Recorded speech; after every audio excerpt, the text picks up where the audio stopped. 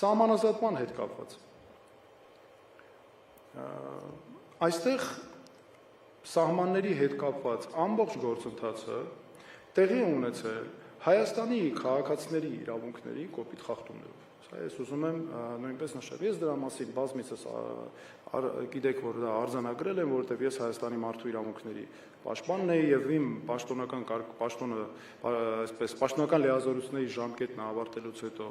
շարունակել եմ իմ աշխատանքը եւ սահմանների հետ կապված նույն խախտումները շարունակել ենք արձանագրել։ Եվ հենց հիմա էլ գիտեք,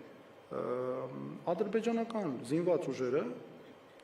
ոչ միայն պարզապես ընդհանուր պետք է ասենք Հայաստանի տարածքում, այլ մեր քաղաքացիներին սեփականության իրավունքով պատկանող հողերի մեջ են, տների մեջ են,